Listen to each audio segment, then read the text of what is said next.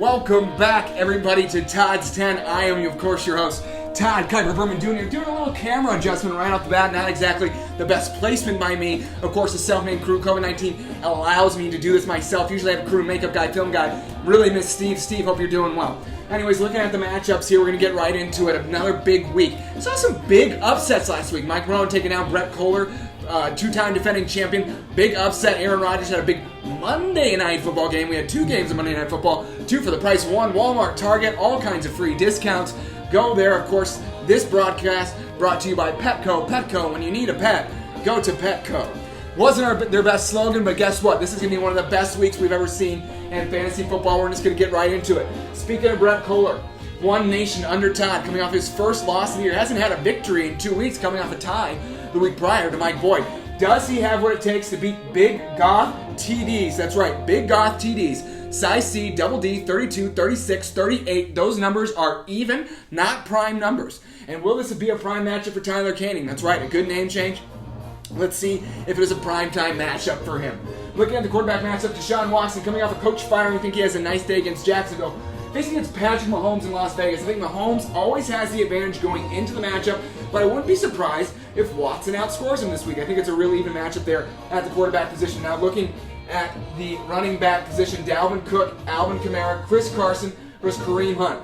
Two top five sets of running backs. I think you have four of the top five running backs in fantasy pretty much this year going up against each other. I'm going to be the advantage of Kohler, though. I think Hunt has a really nice day against Indianapolis. I think Cook has a really nice Sunday night against Seattle. At least early, going to get a lot of touches, trying to wear that clock down, trying to keep that defense off the field for the Minnesota Vikings because that defense is absolutely atrocious. Looking at the wide receiver position, Scotty Miller, Keelan Cole Sr., Evan Ingram, Jerry Jeudy for Canning, not inspiring a ton of confidence there. Going against DK Metcalf, Julian Edelman, Jonnu Smith, and Hunter Renfrow. Definite advantage in the flex position, Jeudy versus Renfrow. Renfrow will get a sneaky 10 points, gets a lot of late game catches, will have to get the ball a lot because Mahomes will have the Chiefs up in the second quarter. That's the quarter before the third, but after the first.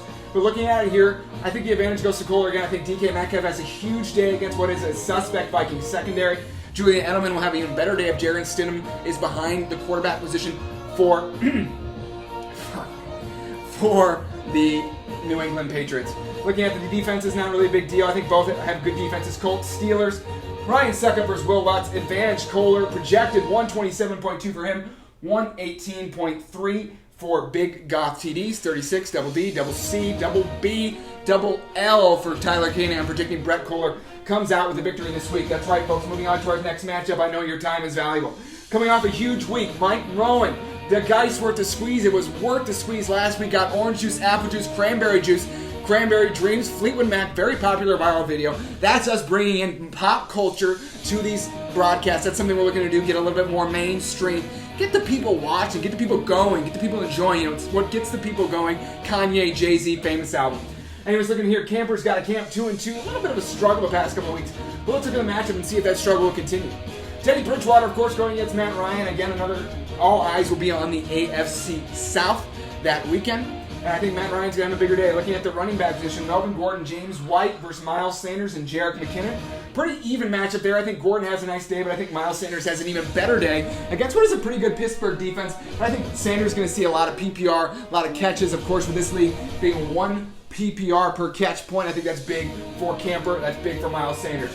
Looking at the receiver position now, this is where Mike Rowan really takes over. DeAndre Hopkins, Keenan Allen, Dalton Schultz, Emmanuel Sanders. Wow, what a room versus Stephon Diggs, Darius Slayton, Zach Ertz, Cole Beasley.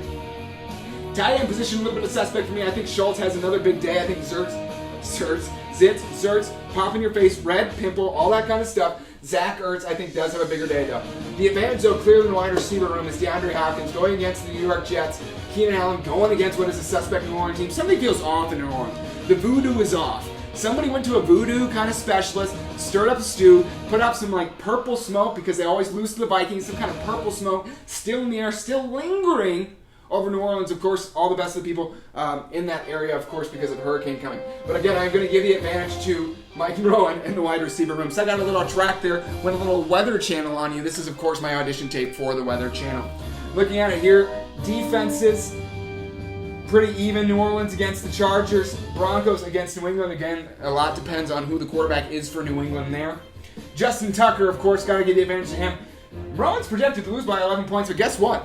I'm calling the upset of the week. That's right, Mike Rowan continues his hot streak, continues his season, moves on to 2-3, keeps himself in playoff contention. Congratulations, Mike Rowan, on a projected victory this week. Although I wouldn't be surprised if this is a close one, a nail biter, something, a bad habit, you know. Anyways, moving on to the next game. This is a good game.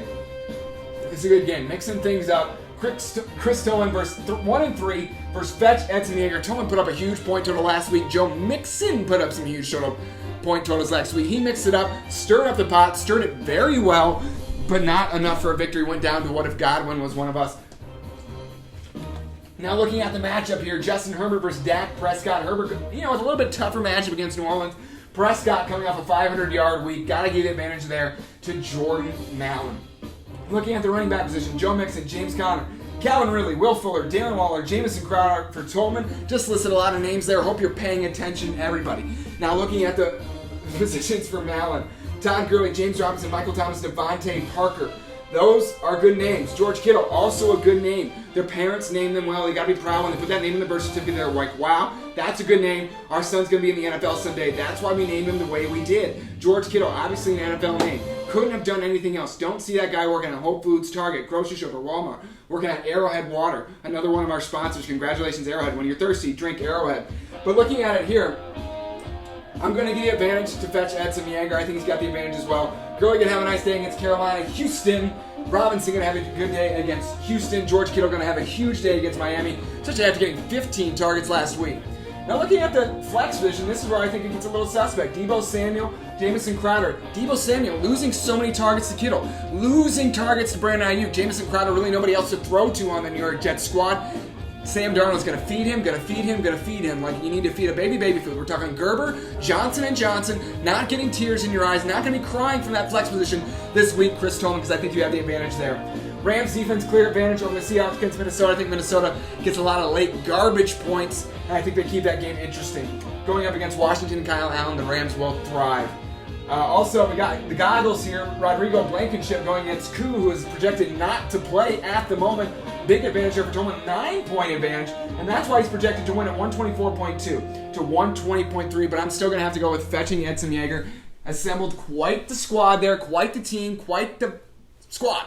Jordan Allen comes out with the victory this week. Moving on to our next matchup, folks. That's right, we keep things rolling. That means we got our matchup of the week, folks. That's right, the Loch Ness versus Stay Off the Weed Duck, coming off his first loss of the season actually last week, similar to One Nation Under Todd. These are teams tied at the hip. Boom, boom. It's like a 32 size waist, tied at the hip, keeping together, conjoined twins. Surgery need to separate them. Will they separate from each other this week in the standings? We will see. The Loch Ness 3-1. Gardner Minshew, Mustache Mania versus Russell Wilson. Russell Wilson, clear advantage there for Mike Boyd and Stay Off the Weed. Duh. Have to say that name right. Have to put the comma there. Should be a comma in the name. Should it be ellipses? Should it be nothing at all? We'll have to see. Have to check the AP style book. But I give the advantage to Russell Wilson there. Looking at the running back position, Ezekiel Elliott, Duke Johnson, Josh Jacobs, Nyheim Hines, got to give the advantage to the Loch Ness there just because of the matchup Elliott has against the Giants. Always does well against the blue and red and white. Some reason America, Ezekiel Elliott, they go together. He wore red and white in college. Maybe it inspires him. Maybe he's like a bull. Maybe that's why he has the nose ring. He's a bull. He sees red. He attacks. He has a big game. Ezekiel Elliott advantage there to the Loch Ness. Now looking at the wide receiver position, Adam Thielen, Deontay Johnson versus Robert Woods, Brown, Mo Alley Cox, Tyler Lockett, Higbee, DJ Shark. This is a real toss-up for me. Real toss-up for me. Does John Brown play this week versus Tennessee? That's a big question. Thielen going to have a nice day against Seattle. Woods going to have a nice day against Washington. Both are real toss-ups. The advantage, though, of course, goes to the Loch Ness with Tyler Higbee at the tight end position. I think Shark has a nice day, but not as nice a day as Tyler Lockett. Again, big things expected out of Seattle offense this week against what, again, is an awful Minnesota secondary, Skull Bikes. But anyways, I think I'm going to give the advantage to Mike Boyd there just because of that Lockett. I think he's our player of the week. That's right, we're focusing in sound effects. Don't have the staff. Miss Steve. Shout out to Steve. Shout out to Brian. Shout out to Jenny. Shout out to Mindy. You guys were the best. Miss you guys here in the studio. Of course, the Todd Kiper Jr. studios coming at you live from 16. I'm not going to say my address on the air. Anyways, looking at it here, Again, I'm giving the advantage to Boyd, although that's not what ESPN is picking. I'm giving the advantage to Boyd, although I think it's close. We got the defense here. Does Buffalo play this week against Tennessee? We will see. Ravens going up against Cincinnati and Joe Burrow. I think Burrow's primed to throw a pick or two. I think Ravens defense has the advantage there. Zane Gonzalez, Joey Sly. Now, granted, this matchup is projected 124 to 116.9. I'm going against the grain, folks. That's right. I'm going against the corn. I'm going against the maize. I'm going against the bean. It's harvest time, Midwest, harvest moon, big moon, full moon, sometimes a sliver moon. Clip your toenails.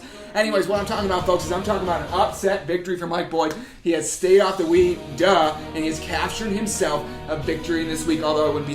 You know what? I'm not even going to put a precursor on it. I think Mike Boyd pulls off the victory this week. Moves himself up in the standings.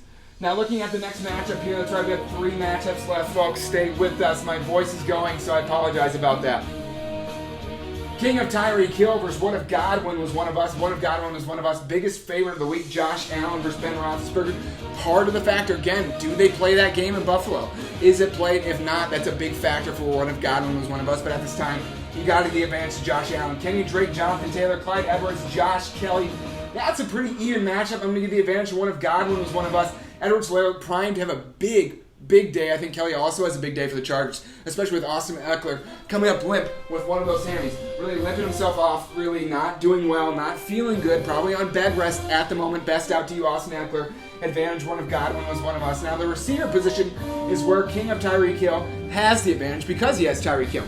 He has Tyreek Hill, Juju Smith-Schuster, Eric Ebron, Mr. Chenault Jr. versus CeeDee Lamb, Mark Andrews, Marquise Brown, Odell Beckham Jr. Now, the wide receiver position, definite advantage for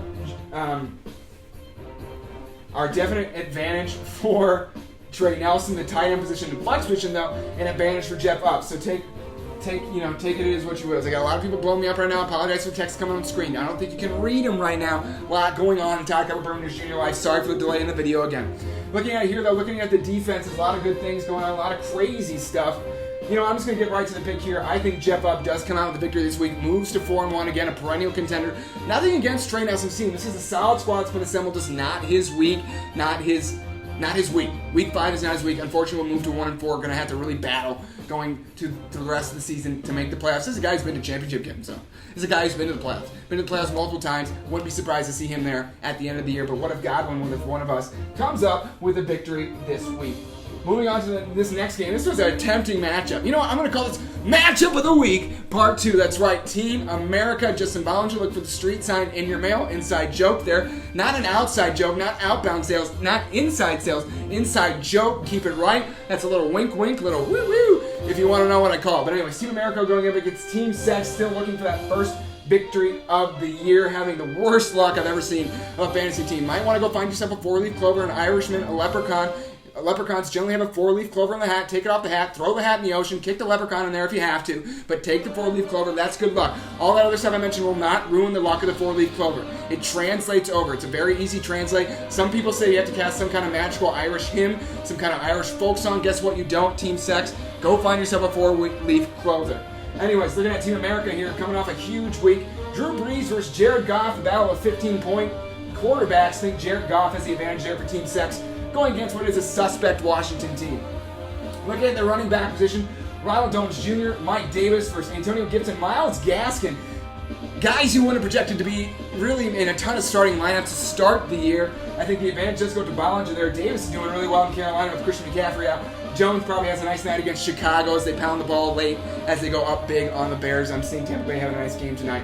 Looking at the wide receiver position, Mike Evans, Amari Cooper, Allen Robinson, Terry McLaurin for Team Deutsch, Team America, of course, with Evans and Cooper, Hunter Henry, and Golden Tate, Mr. Moore, Gesicki, McLaurin, and Robinson.